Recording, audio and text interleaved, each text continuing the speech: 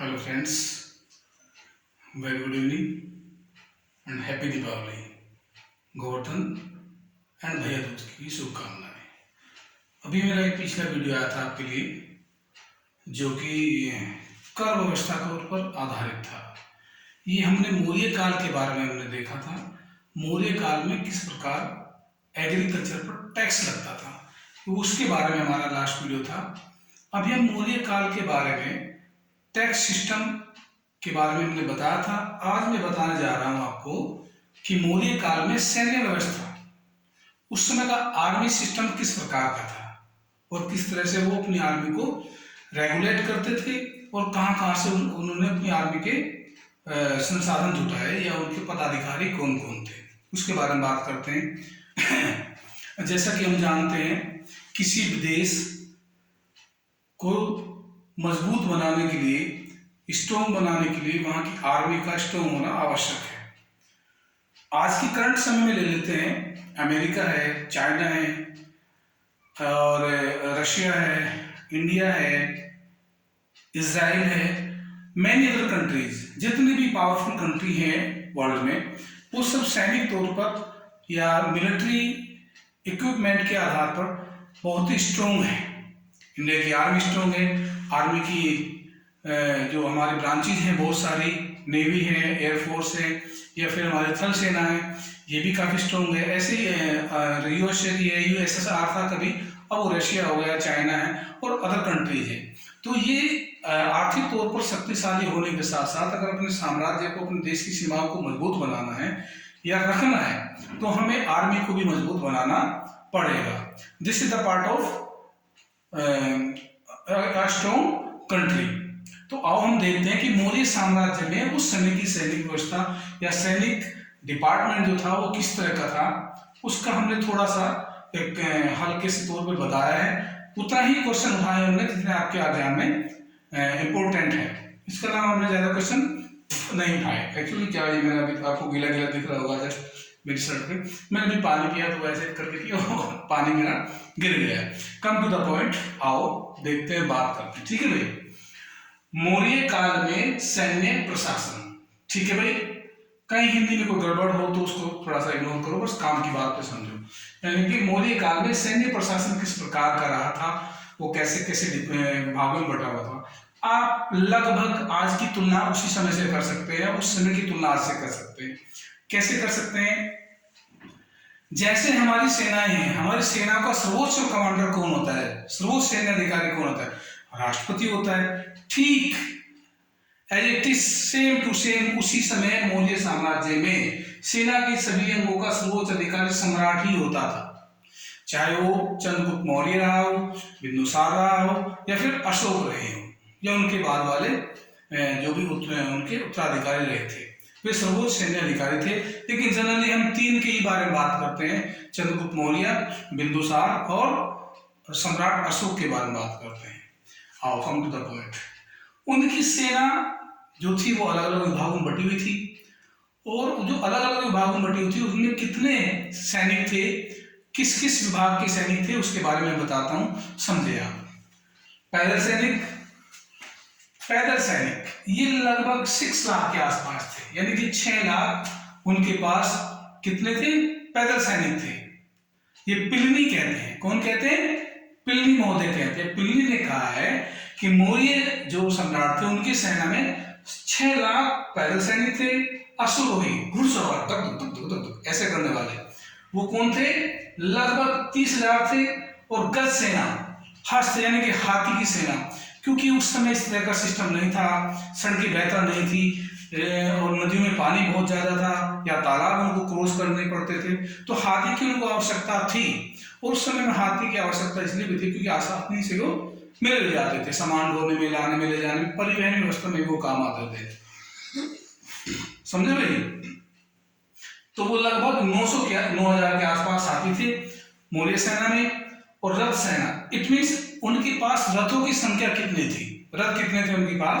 वो लगभग 800 के आसपास थे। ये किसने कहा था? पिलनी ने बताया था, पिलनी के अनुसार कि मौर्य सेना में इस सैनिकों की संख्या थी। आगे बढ़ते हैं। किसान उस समय सर्वाधिक थे, मैंने बताया भी था लास्ट टाइम वीडियो में आपको, किसान जो थे वही टैक्स वगैरह देते थे।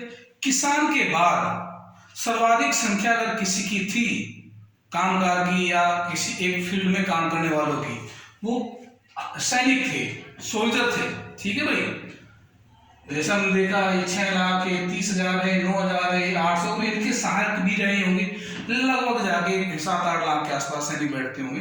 तो सर्वाधिक संख्या किनकी थी किसानों के बाद? सैनिकों की संख्या थी। ठीक है दोस्तों, अच्छा जी, उनको वेतन भी बहुत अच्छा मिलता था, आकर्षक वेतन मिलता था, इतना वेतन मिलता था कि उस वेतन से वो अपने पूरे परिवार का, अपनी जिम्मेदारियों का पूरा भरण पोषण कर लेते थे। उन्हें कहीं किसी प्रकार की कोई समस्या नहीं आती थी, वो किसी प्रकार की प्रॉब्लम फेस नहीं करते थे, क्योंकि उनको वेतन भी बहुत ही अच्छा मिल जाता था।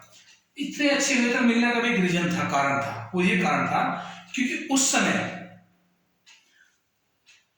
जो मुगल साम्राज्य था, जहां पे चंद्रगुप्त मौर्य डायनेस्टी का शासन चल रहा था, वो आर्थिक तौर पर बहुत ही संपन्न था। उनकी सीमाएं बहुत बड़ी थी, उनकी रक्षा के लिए इतनी बड़ी सेना की आवश्यकता पड़ती थी। ये सैनिकों की संख्या होगी। अब ये कहता है कि सेनापति प्रधान अधिकारी था। हमने कहा हमारे प्रधान राष्ट्रपति था, यानी सम्राट, वो सर्वोच्च अधिकारी था, लेकिन उसके बाद जो अधिकारी था वो प्रधान अधिकारी कहलाता था, और उसका भी बड़ा इंपॉर्टेंट पद था।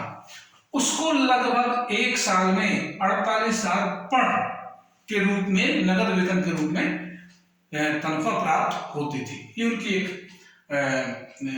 इकाई थी, जैसे रुपया है उस समय का रहा होगा। सेना 4 भागों में बटी हुई थी। पैदल सेना, अभी हमने बताया आपको, अश्व सेना ये वाली, गज सेना ये वाली, और रथ सेना। ठीक है, सेना के 4 विभाग थे, पैदल, अश्व, गज और रथ। ठीक है भाई, अगले पॉइंट पर आते हैं। 4 डिपार्टमेंट थे, तो जाहिर सी बात है इनका हेड भी कोई ना कोई रहा होगा। तो ऐसे ही पैदल सेना का हेड कौन था? अश्व का और गज का और रथ का, उसके बारे में बात करते हैं। प्रत्येक विभागाध्यक्ष यानी कि हर एक डिपार्टमेंट का जो हेड था उसको लगभग 8,000 पर्ण के रूप में वेतन मिलता था। कितना भाई? 8,000 पर्ण के रूप में वेतन मिलता था। ऐसे सेनापति के पश्चात जो सबसे सर्वाधिक इंपोर्टेंट पद होता था, पावरफुल जो पद था, वो नायक का होता था। उसको हम सेना नायक भी कह सकते हैं, या नायक वह व्यक्ति होता था तो युद्ध के समय में सेना को लीड करता था। किसी भी कंट्री के साथ, किसी भी पड़ोसी राज्य के साथ अगर उनका वॉर चल रहा है, युद्ध चल रहा है, तो एक ना एक ऐसा अधिकारी जरूर होता था जो सेना को लीड करता था, उसी को नायक कहा जाता था। ठीक है भाई, और वो युद्ध में सेना का संचालन करता था, उसको रेगुलेट करता था, मैनेजमेंट करता था, कहाँ पे कितनी सेना लगानी है दुश्मन को घेरने के लिए। तो उसका वार्षिक वेतन 12,000 रुपये पर्ण था। कितना था भाई? 12,000 रुपये पर्ण। आगे बढ़ते हैं। कौटिल्य कहते हैं, कौटिल्य जो कि हम जानते हैं, उन्होंने किसको बनाया था? चंद्रगुप्त मौर्य को। चंद्रगुप्त मौर्य बचपन अवस्था में मिले थे कौटिल्य महाराज जी को या पाणिनि जी को। तो उनको जो भी पाणिनि नहीं, सॉरी, कौटिल्य, और एक वो नाम था मैं भूल रहा हूँ, सॉरी। तो कौटिल्य जो थे उन्होंने अर्थशास्त्र लिखा। अर्थशास्त्र में वो लिखते हैं उनके अनुसार कि मौर्य साम्राज्य के जो सम्राट थे उनके पास एक बहुत ही पावरफुल नौसेना भी थी, नेवी भी थी। ठीक है, कौटिल्य के अर्थशास्त्र अनुसार एक शक्तिशाली सेना भी थी। हेड ऑफ नेवी डिपार्टमेंट क्या कहलाता था? नवाध्यक्ष। यानी कि नौसेना का जो अध्यक्ष था, हेड था, उसको हम नवाध्यक्ष कहते थे। नवाध्यक्ष नौसेना के पोतों के अलावा, अच्छा देखो भाई, नौसेना का अध्यक्ष है तो जो नौसेना में वो पानी के जहाज हैं, लड़ाकू जहाज हैं, उनका तो हेड होगा ही होगा। इसके अलावा जो समुद्र के द्वारा व्यापार होता था या झीलों के द्वारा, नदियों के द्वारा, जहां भी कुछ इस तरह का रहा होगा, उनका हेड भी नौसेना का अध्यक्ष ही होता था। उसके अंदर में ही वो व्यापार कर सकते थे, इंपोर्ट एक्सपोर्ट होता था। ठीक है भाई, अब छोटी सी बात पे हम बढ़ते हैं। किसी भी देश की सीमा होती है, होती कि नहीं होती? उस सीमा के चारों ओर उसके दुश्मन भी होते हैं। अपने देश की सीमाओं को सुरक्षित करने के लिए कोई भी कंट्री, अपने देश की सीमाओं को सुरक्षित करने के लिए कोई भी कंट्री अपने देश की सीमाओं को मजबूत बनाना चाहती है। आजकल क्या सिस्टम है? बाढ़ लगा देती है, लोहे की बाढ़ है या दीवार की या कंक्रीट की दीवार लगा के अपने देश की सीमाओं को डिफेंड करते, लेकिन उस समय क्या था, वो दुर्ग बनाते थे, किले बनाते थे, ठीक है, कुछ कुछ किलोमीटर की दूरी पे किले बनाते, चौकी बनाते। तो उस समय अपने देश की सीमाओं को मजबूत बनाने के लिए दुर्गीकरण किया जाता था। इट मीन सीमांत प्रदेशों में दुर्ग का सर्वोच्च अधिकारी अंतपाल कहलाता था, यानी कि एक दुर्ग का जो सबसे बड़ा अधिकारी था वो क्या कहलाता था, अंतपाल कहलाता था। अब थोड़ा सा वर्तमान बात पर आते हैं, जो करंट की बात है। हमने कहा था कि सेना का सर्वोच्च जो सबसे बड़ा अधिकारी होता था वो क्या होता था भाई, सम्राट होता था, जैसे हमारे यहाँ राष्ट्रपति होता है। लेकिन आज के समय में अभी मोदी जी ने पिछले 2 3 साल से लगभग हमारे आर्मी के लिए एक और नया पद क्रिएट किया है, या खाली मोदी ही नहीं कहेंगे, वो एक बड़े बड़े विशेषज्ञों की सलाह पे एक नया पद क्रिएट किया गया है, जिसको सीडीएस बोला गया है। क्या बोला गया है, सीडीएस बोला गया है। CDS means chief of defence staff. हमारे जितने भी स्टाफ हैं डिफेंस के, उसका वो चीफ है। नौसेना, जल सेना और थल सेना, आर्मी, नेवी और एयरफोर्स का ये हेड है।